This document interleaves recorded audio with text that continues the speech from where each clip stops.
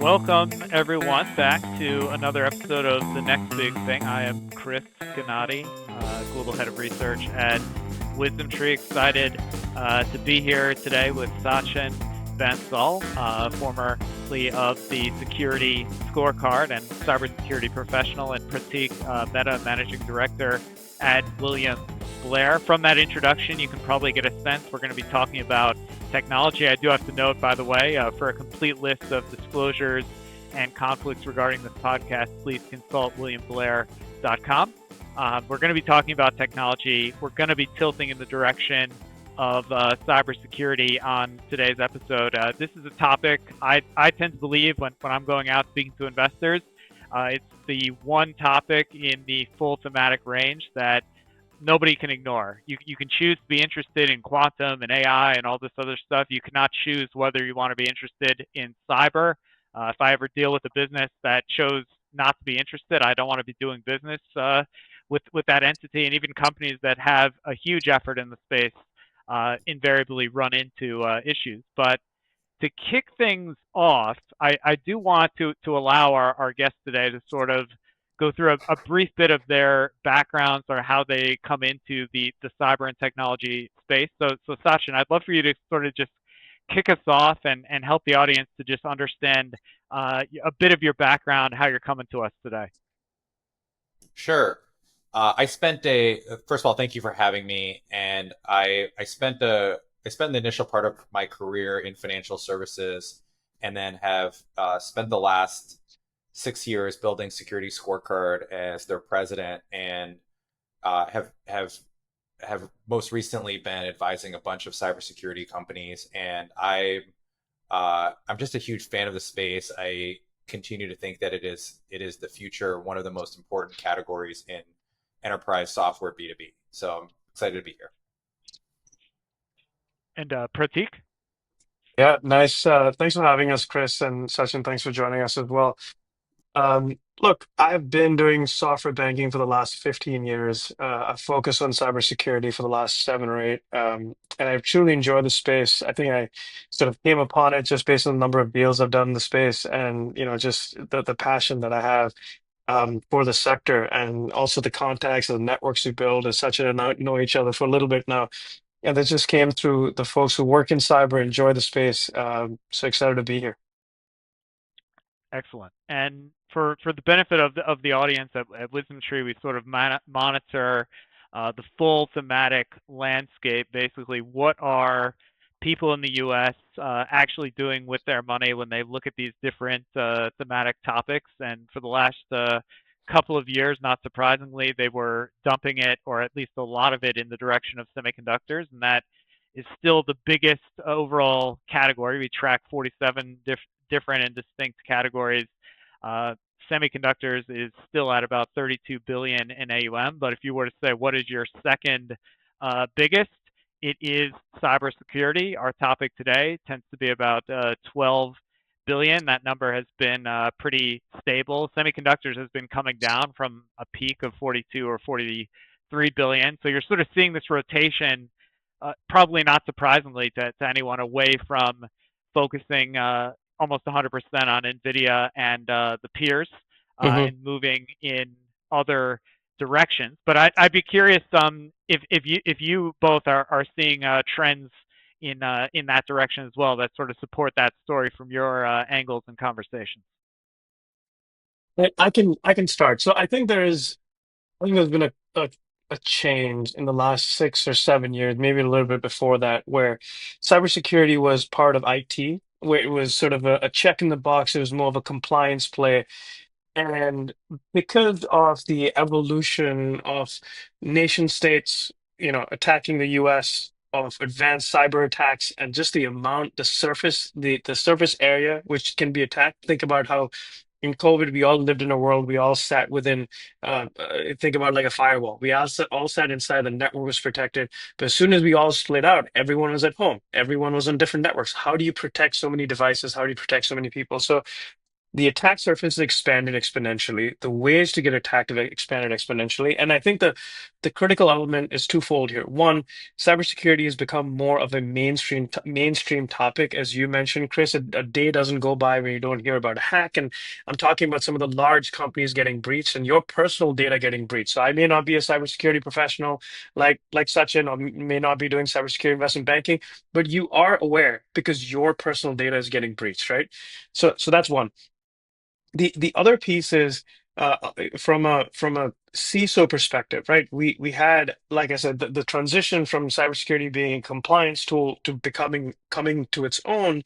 One of the elements of that is, as a CISO, you are now becoming personally liable if a breach happens, right? You have to, if you're a public company and you get attacked, your CISO has to go in front of Congress, put his name out there. There could be criminal charges. You have to file an 8K, which affects the organization. So it's no longer an IT discussion, it's elevated to a board discussion, right? The board is asking its, CISO, CIOs, are we safe? And that question didn't exist 5 to 7 years ago. And that's why I think we've seen a lot of companies come into the fray, and we've seen a massive ecosystem of VC-backed security companies, private equities putting money into the business, and we've seen a lot of IPOs in security as well.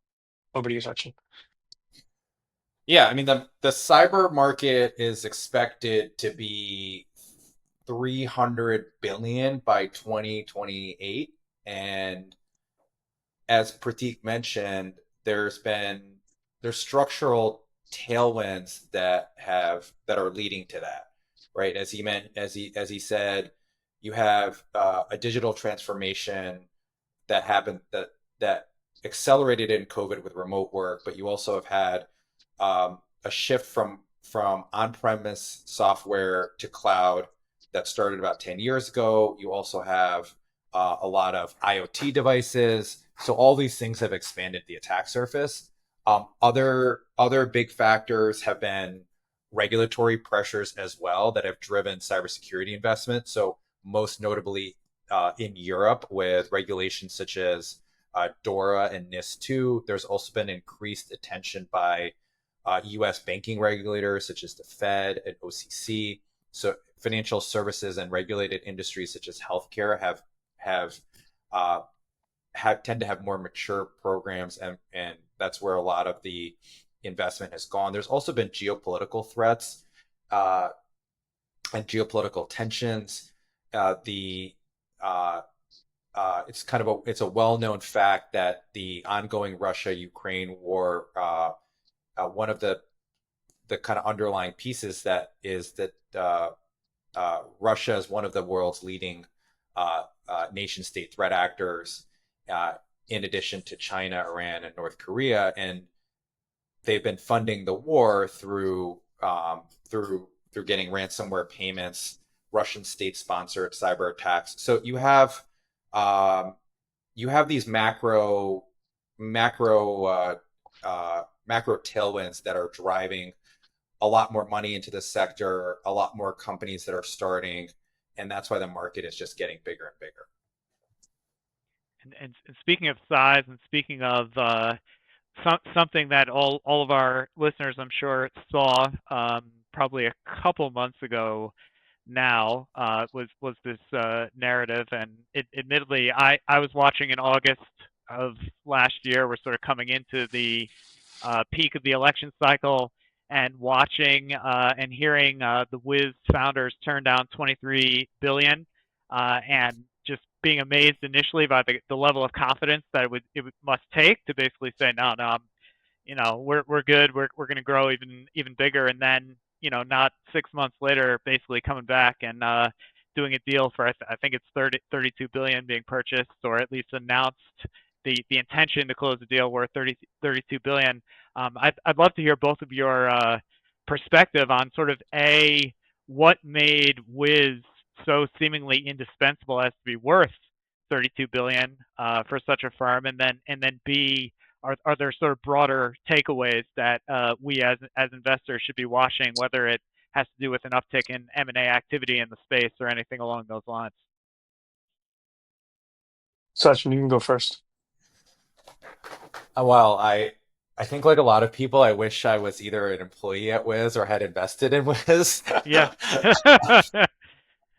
Otherwise, uh, they're they're a phenomenal company. They have been the I mean, those of us who have been in the cybersecurity industry have known for they've only been around since 2020. And since they've started, they've been just a rocket ship. They were one of the fastest companies to reach 100 million.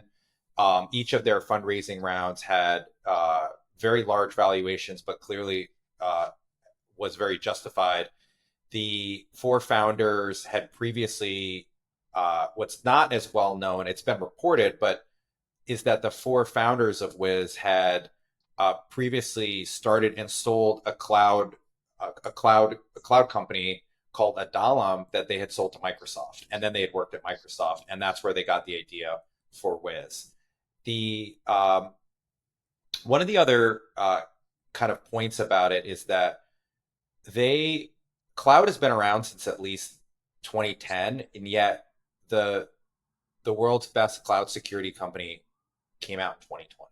So while there are a lot of AI security companies right now, I think we won't see a Wiz like company for AI for may not be 10 years, but it will take a few years because AI adoption is not quite there yet versus what Wiz did is that a it solved a it solved the problem of cloud security in a market where cloud had become so widespread, whether you were on AWS, Azure, or Google Cloud GCP. Yeah, look, I'm not going to get into deal specifics for Wiz and Google, but I think the broader implications around the M&A market is as follows. I think, with one of the largest se cloud security players being taken out, there is a view that what happens to everyone else. There are some other players in the market as well that are at scale. There's two options at this point. Option A is sort of merge some of these companies to get to larger scale, right? You have overlapping technologies, you probably get a broader customer base, et cetera. Or the second option is, you get acquired again by some of the largest strategics. The challenge though with the largest strategic acquisitions is most of the larger public companies at least have a cloud security play already, right? For example, Palo Alto has Prisma Cloud, CrowdStrike already has a play in cloud security. So I think there are existing alternatives. However, what it tells us, outside of cloud security is the road to IPO is becoming harder and harder, right? If a company that is as Sachin said, a rocket ship growing super quickly is choosing to take a deal now versus wait 2 years for the IPO markets to open up, you know, what does that imply for everyone else? I'm not saying the IPO market window is shut, but it's definitely going to take a lot more to get there. And this could be in relevance to scale for the companies, growth for the companies, profitability. A lot of things could come into play as you think about the variability of that market. So I think look, the market still remains strong. It's one acquisition. It's a banner acquisition.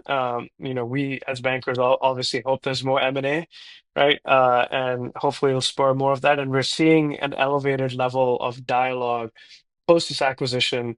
But the macro also plays a pretty important role anytime we get further and further into these conversations. It's interesting as well. I know you mentioned CrowdStrike and Palo Alto, and I remember last year um, seeing how surprised it felt like the market was when I thought, as a non-cybersecurity expert, that when Palo Alto in February of 24 was announcing sort of a bid to become more of a platform player and sort of provide a diversified array of cybersecurity solutions and services, as opposed to if you want your email secure, you go Mhm. here. If you want this secure, you go there. And you end up with this environment, which we have now, where I think the average company might have 60 to 80 or so vendors, possibly even more, depending how long they've been Yeah. at it, and being able to get 60 to 80 of these different software things to even work together effectively for security purpose is probably not the easiest thing. And so, are you continuing to see that push towards more of a platformization, or are you continuing to see the idea, if you're a founder, entrepreneur, seeing new companies, it's just good enough to be literally the best at this one thing and not worrying about the push towards platformization? Uh, there's two aspects to this, right? Let's just step back a little bit and take a historical view. If you go back 10, 15 years, right?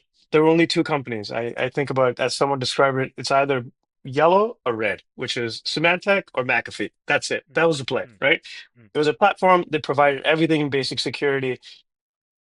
Then what happened? Then we had a whole new slew of new companies come in. Think about CrowdStrike, Palo Alto, SentinelOne, Zscaler, et cetera, and building the next generation of tools, right?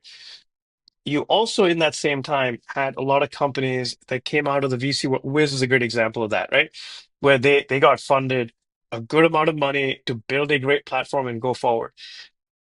But that was the time where interest rates was zero, right? You could put money into a lot of businesses, sprinkle a lot of, as I call VC dust everywhere, and have some big outcomes.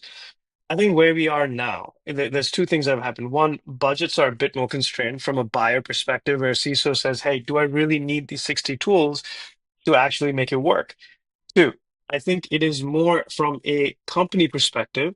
If you think about it, VC dollars or growth dollars in this case, whether it's VC or P, are not easy to come by anymore. It's not free, right? And if you sell to the enterprise, sales cycles are long. It may take 6 months from the time you had your first sales meeting, you had your POC to actually get implemented. Do you have enough cash to sustain yourself across that entire, sales cycle of 6 months, 12 months, et cetera? So I think that is also a challenge from, how do I get funded for that? My point of all this being the pendulum has swung from being a platform to being best in class with CrowdStrike, Zscaler, Palo Alto, who are some of the big companies today. And we're back to the world of platformization where Palo Alto is pushing to say, hey, use us. We've come up with an entire new strategy. We've made 20 acquisitions in the last 5 or 6 years. We're going to give it to you in a single pane of glass. I think that's where the world is going now. However, I can tell you this debate is not going to end today. It's not going to end later on either, right? It is always going to be a continuous thing saying, if so many VC companies are getting funded, why is platformization important? It's just it is unfortunately or fortunately it's a macro that affects a lot of these organizations and saying, do I need best of breed or am I good enough? And the second aspect of that is also depends on the industry that you're in. If you're in financial services, healthcare, it matters a lot more to have the best level of security, to have a single pane of glass versus some other industries. So, it's not a clear answer, but the answer it depends. I'll leave it with that. Sachin, your views. Yeah, there is this ongoing debate of platform platform. I mean, the term from Palo Alto, I think, was platformization versus best in breed. So you have your platform players now, most notably CrowdStrike, Palo Alto, and the advantage of being that platform player is that you've got breadth, you can cross sell, it's very sticky, there's stable growth. Uh, but then you have your best in breed players, um, and those are just your specialists or boutiques that do one or two things very well. And the advantage is that you can innovate much more deeply, and you can be a leader in that category. The way from a from a customer standpoint, which is really where my lens comes from, it's it's a mix. Like you talk to CISOs and they will tell you that they they're they've got a bunch of best in breed tools, but they also are using one or both of the big platform players. It's the way the way that I think about it is essentially like uh, an Amazon or like a big, a Walmart, Amazon is the platform player. But then a lot of times you need to go to a a quote boutique in parentheses for a particular specialized need. Um, so as an example, like if you need like a sporting item, you may not get it from Amazon. You might go directly to like a, a Dick's Sporting Goods that might also now apparently be a Foot Locker as well. I'd be curious, Sachin, to get your perspective. I know we've mentioned CrowdStrike a lot. It's one of the biggest companies out there. And a statement we made earlier in this conversation was, companies and at the enterprise level, if you're the CISO, to kick the tires on a particular software package. It's not like, oh wow, that looks cool, let's buy it. It's a multi-month, possibly up to a year, maybe even longer, depending on the industry and the firm, to ensure that what you're buying meets all the appropriate details and requirements. The reason I mention it is CrowdStrike last year, I think it was July 16th or 17th, they make one mistake in the software code. 8 million or so computers can't even turn on for a day or two. Delta Airlines, we all saw the headlines. It was crazy. And you look back and you say, okay, did anyone cancel the service? And maybe a few here and there, but like the retention numbers are still through the roof. CrowdStrike's still going. The share price recovered. So is that instructive to basically think about the stickiness of the beyond just the business model and the idea of subscribing, but even if a mistake like that occurs, as long as they react quickly, they get the information to the market, and people are up and running as fast and efficiently as possible. Is it correct to think like it's sticky even in the face that the company makes a mistake like that? I actually heard. I was at a private event at RSA. I call it the Super Bowl of cybersecurity. It's and I was at an event where George Kurtz, the CEO of CrowdStrike, actually addressed the incident, as he's talked about publicly a number of times. And um, he's an incredible and just phenomenal leader. And I I think that part of the reason why they've just recovered so well, I think they ended up growing 34% last year, uh, is because of his leadership, and the other being that they're they're a they're a gold standard in what they do, and they um, they're one of the few cybersecurity companies that uh, near universally you will just hear security teams and CISOs talk very favorably about them. And they have, and I would put Wiz in a similar category there. They're just what they do it extremely well, and they continue to innovate. And I think that um, the there's just very few. You can probably count them on your hand the number of companies that are in that category. Pratik, what do you think? Yeah, I think that I'll point out one thing. I feel the innovation cycles, in cybersecurity, what I call the obsolescence cycles in security are very short, right? Um, so, you think about a technology that was like, even with the endpoint, right? We had CrowdStrike come into the market, own the endpoint market, take a lot of share from Symantec and McAfee, and then, they have found different avenues of growth. They've continued to grow through identity, through the SecOps business, which is one of the fastest growing business. So I think, I feel that, look, mistakes are going to happen, but the innovation, the leadership is what keeps these companies afloat. No longer can companies rest on their laurels and say, hey, I sell the enterprise, I sell all these really cool things, but it's constantly something else, right? It's constantly new challenges. It's, 2 years ago, 3 years ago, it was cloud. The next challenge is AI. The next challenge is we don't know what that is, like agentic AI. So I think the companies need to keep innovating. And I think that's where CrowdStrike, Wiz, and some of the other companies that we mentioned earlier, they all stand out. And that's where they're growing 30% plus and profitably at this point. And would you say, because obviously the biggest theme remains and has remained since the advent of ChatGPT in November of 22, we've been talking about various forms of AI and generative AI and now agentic AI, and something that I tend to assume, but I'd love to get your perspective on is, if we're looking at a list of 20, 30, 40 cybersecurity specific firms, my thought is there are probably a million different things that you could use AI for to help enhance your security effort across many different verticals. None of those necessarily make it so that you're 100% protected. I think 100% anything is sort of a myth at the end of the day, and you continue to hear humans still clicking the nefarious links and still being tricked and fooled and all of that. But is it correct to assume that AI and cybersecurity are really not separate in the sense that yes, there could be some companies that are more innovative in how they use AI, but it's almost table stakes these days in 2025 to basically say I'm a cybersecurity company. This is how I use AI, not do you use AI, yes or no. I'd assume everyone uses it in some fashion, but am I wrong in assuming that? I, I, Go I ahead, can, Sachin. no, I mean, it is 100% table stakes. Every that is correct. The question is how is your product using AI, and the other question is how is your company leveraging it.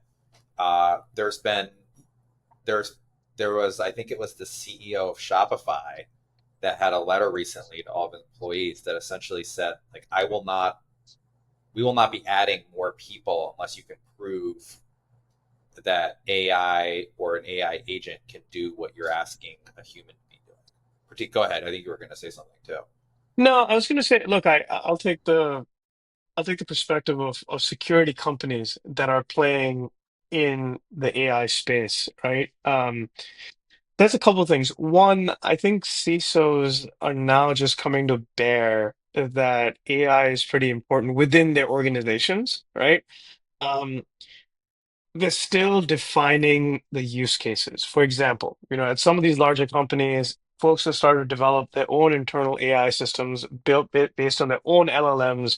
A good example was recently, one of the consulting companies came out and said, hey, a lot of what our consultants do, 60% of that can be done with AI, right? Which is great. So I think there's still a path for the next year to start for companies, like in this case, the customers of security companies, to start building out these AI use cases. What's happening is a lot of the board members of these companies 2 years ago who said, hey, we need to jump on this AI bandwagon because everyone needs to have AI, right? I think the next step now is to say, oh, great, we got the AI stuff. We start to have use cases. Are we secure with all this AI? So that trend is playing out now, right? So let's transfer that over to now the security companies that are servicing that. So I think there's two aspects to think about AI and security. It's AI for security, right? So in that case, I think about is the most easiest use case is if you think about where most of the manual work within security goes, which is in the SOC, right? The Security Operations Center, where a lot of the security analysts are looking at different incidents, trying to backtrack it to say what happened, try to create these investigation reports, or try to deal with something in the moment that happened. So there's a whole new bunch of companies that have come out with what I categorize as SOC bots, right? That come in and say, hey, we're going to make this a lot more efficient for you. If you have a level, 3, 4, 5, one being the highest tier of an alert, we can solve it autonomously for you. We can figure out what's going on. We can correlate incidents, and we solve that. So I think that's one. And there's also obviously other applications across the space. But I think that's a base case. The other is security for AI, right? So I've built my own LLM model, right? How do I make sure the access for the LLM is secure? No one is injecting malicious code into that LLM, so I'm getting wrong results.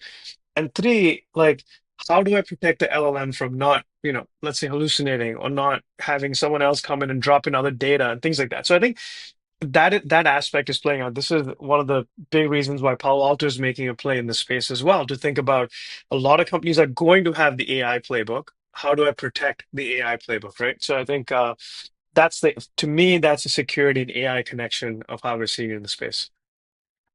And is that would you, because I know earlier we sort of mentioned this idea of the market can grow significantly from where we sit in 2025 to 2028. We're talking about a figure in the hundreds of billions, plural.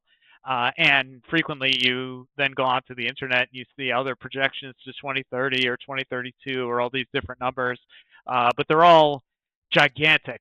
And it was interesting to hear your sort of corollary to basically say, look at the cloud. Look at the fact that whether it's 2008, 2010, roughly speaking, you have this long thing play out where it just simply takes that amount of time to get people into the cloud to then think about Hmm. securing it. And we're in a much earlier phase. ChatGPT just came out Yeah. Yeah. basically not even 3 years ago. So we could have 15, 20 years of adoption. You know, I would actually challenge that because moving to the cloud was a much harder challenge for most companies, and it's probably still is Mm, for some of the larger banks. There's a whole notion of on-prem versus cloud, and then every application that was designed was on-prem, and it wasn't a lift and shift. You couldn't take an on-prem application and just suddenly change the code and move it to the cloud because think about all the different, especially your need for an application in the cloud, right? It needs to be multi-tenant. How do I create one server with multiple folks addressing it, with distributing data tables, et cetera, across the space? So I think that was a longer adoption cycle. I feel with AI, it's going to be a lot shorter. I don't know if it's 10, 15 years, but it's definitely going to be, I don't know, a third of that, maybe half of that. I don't know. So we've seen because the infrastructure is already in place, and you at the very beginning you referred to semiconductors, and mhm. you talk about NVIDIA chips and things like that. AWS hadn't come into its full strength by that time, right? No had Azure, no had GCP.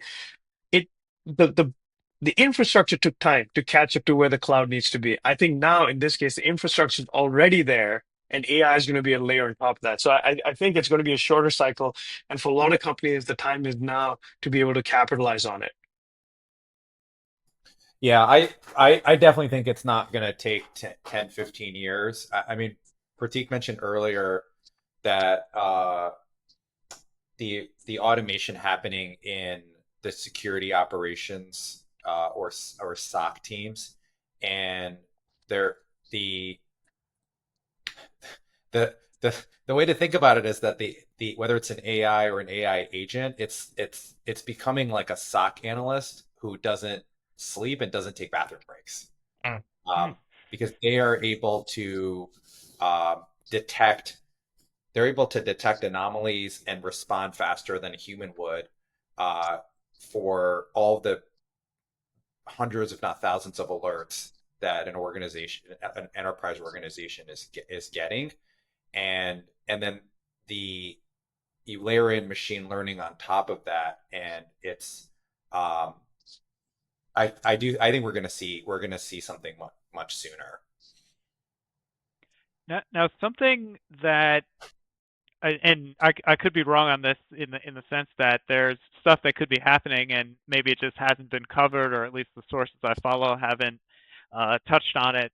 But it feels like the hacking community is still quite active. I mean, as we're recording this, I immediately saw a headline within 30 minutes prior to getting on the line here, and Coinbase may have an issue, and I'm assuming in the coming days and weeks we'll learn more about what is or isn't the case there. It's getting a lot of attention because I think days before that issue, Coinbase had been announced added to the S&P 500. So you had a bit of an uptrend in the stock market and then an immediate downdraft in the different magnitudes, but notably in the same week, the highest of highs, and then a bit of a scary eventuality that many companies face. And you sort of look back through time, and almost any hotel provider, airline, etc., that stores data of some sort has had their version of that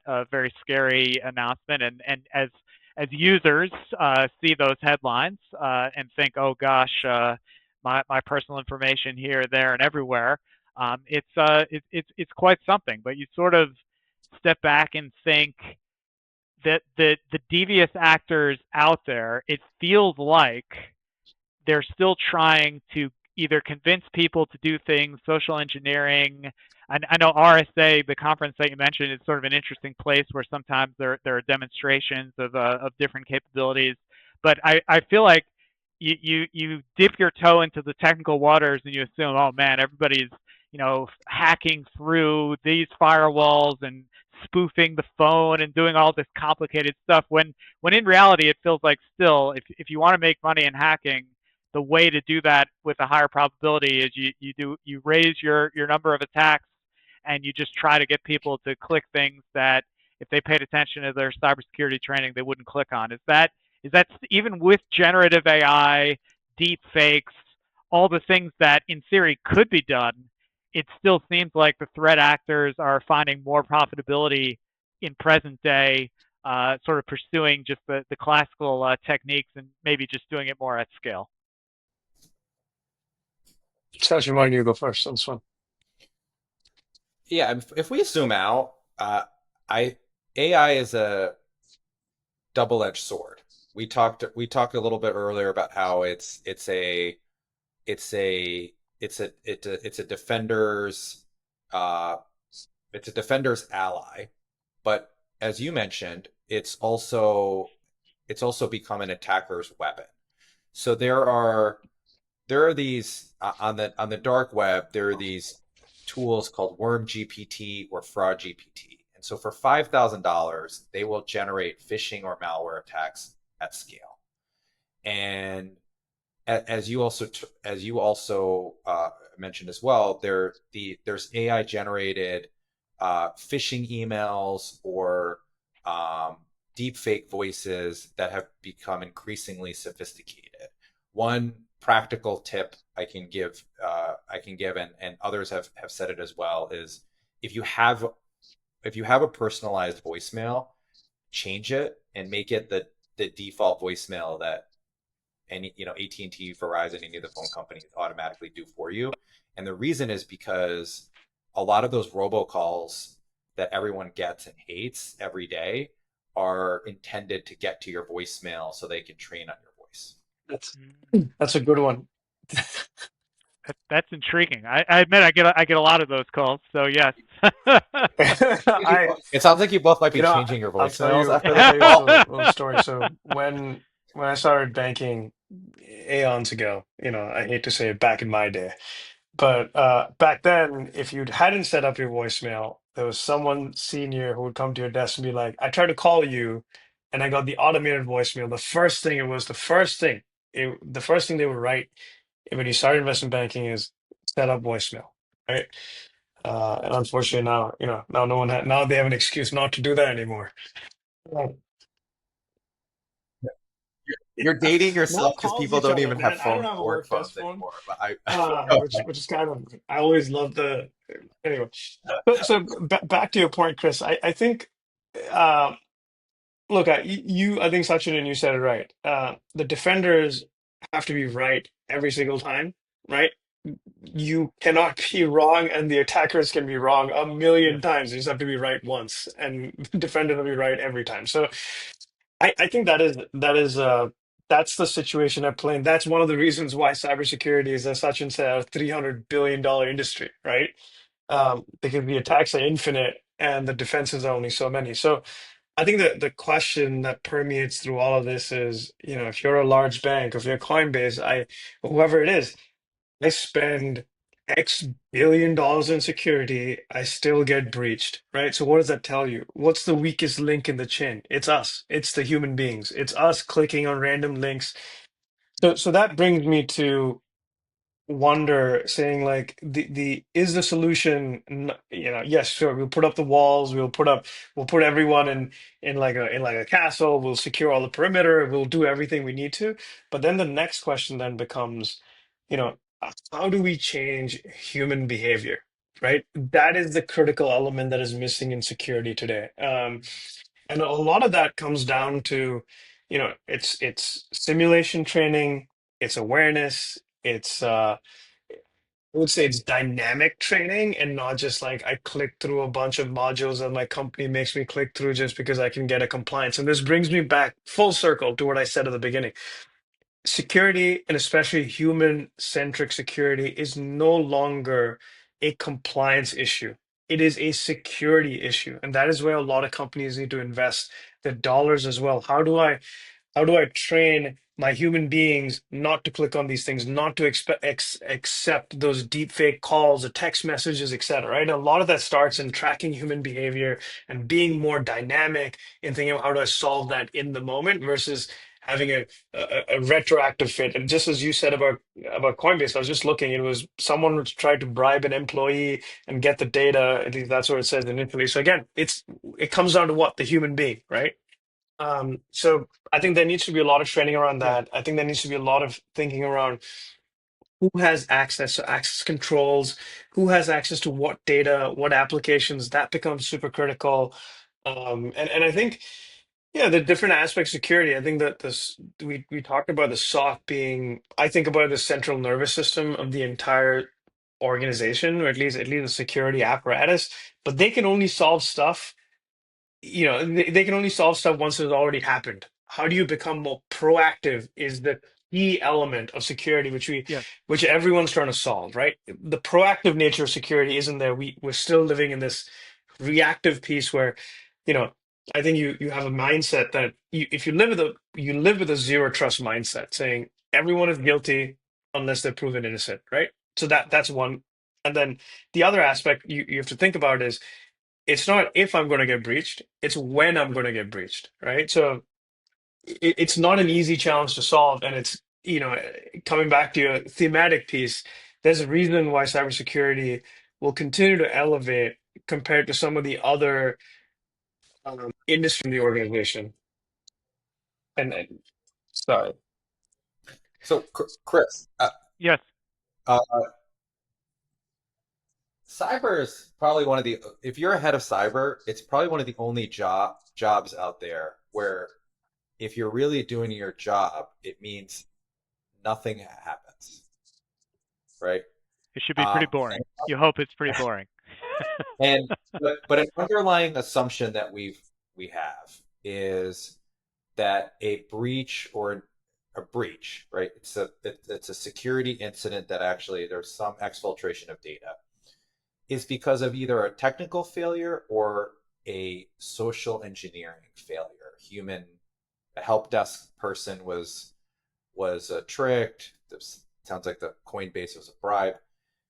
But I saw something provocative last night on LinkedIn, and and then I was telling myself, why am I reading LinkedIn before bed? But we'll put that aside. And the person kind of wrote and said, is it also because of business decisions? In other words, um, companies have complex systems.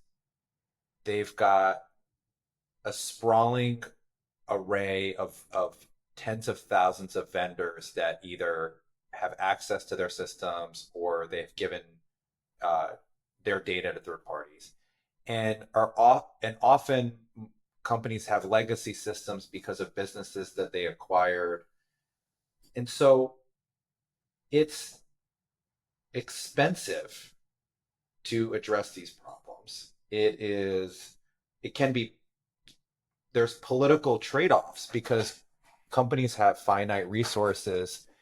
And so my point is that, or my provocation is that, is it not as much of a technical or social engineering failure, but is it just a matter of a business decision that companies are using tools to try to protect from, and they've got budget? In other words, is it a budgeted business problem?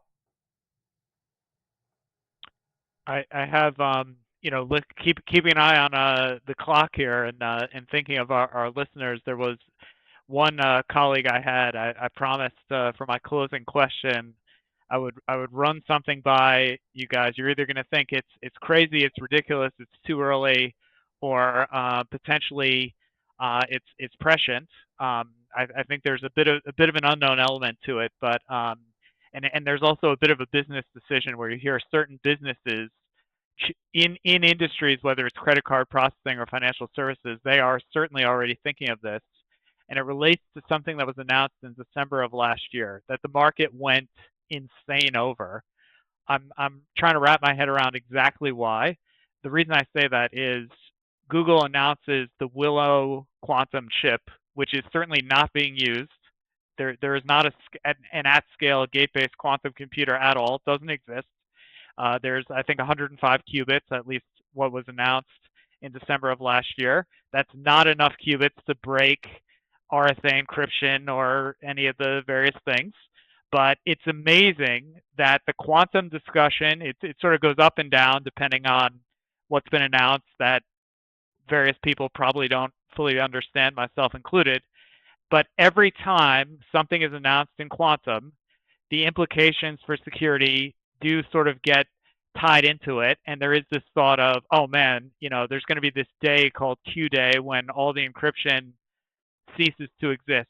Do you guys think it makes sense for businesses? And it may be that in financial services and health, it does make sense to at least think about it.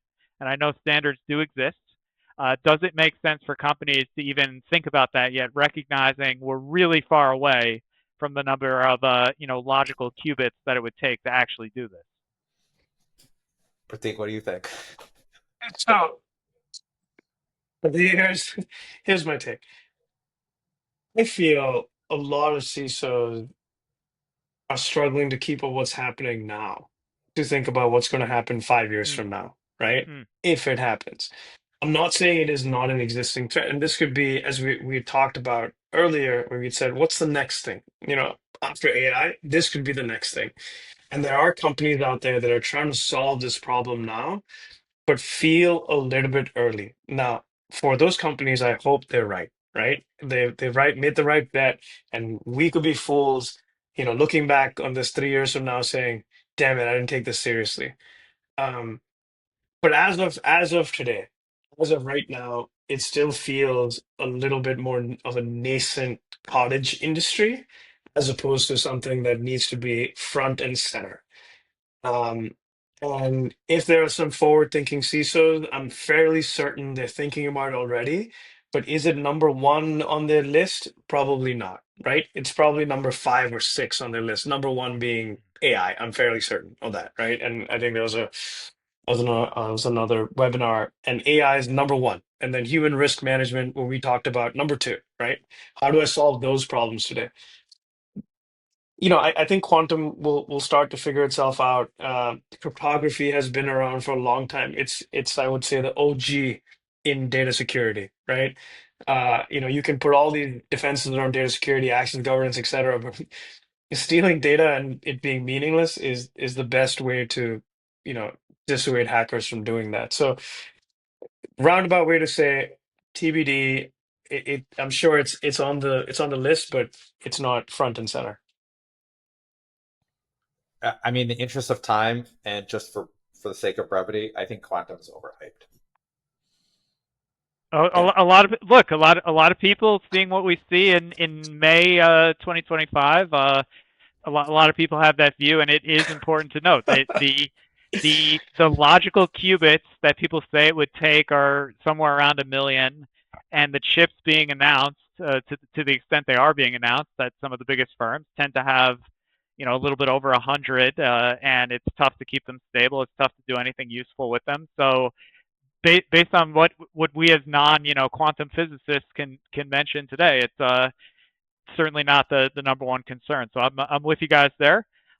We're now up against time, so I appreciate your being guests today. I appreciate the audience staying with us. To clarify, the views and opinions expressed in this podcast are those of Wisdom Tree, William Blair, and others, and are subject to change. Anything we present in this podcast is not intended to be relied upon as a forecast, research, nor as investment or tax advice. The information and opinions expressed in this podcast are not a recommendation, offer, or solicitation to buy or sell any securities, and reliance upon them is at the sole discretion of the listener. Please remember, past performance is no indication of future results. We're going to stop it there. Thank you again, and we'll look forward to you joining us for our next episode. Take care.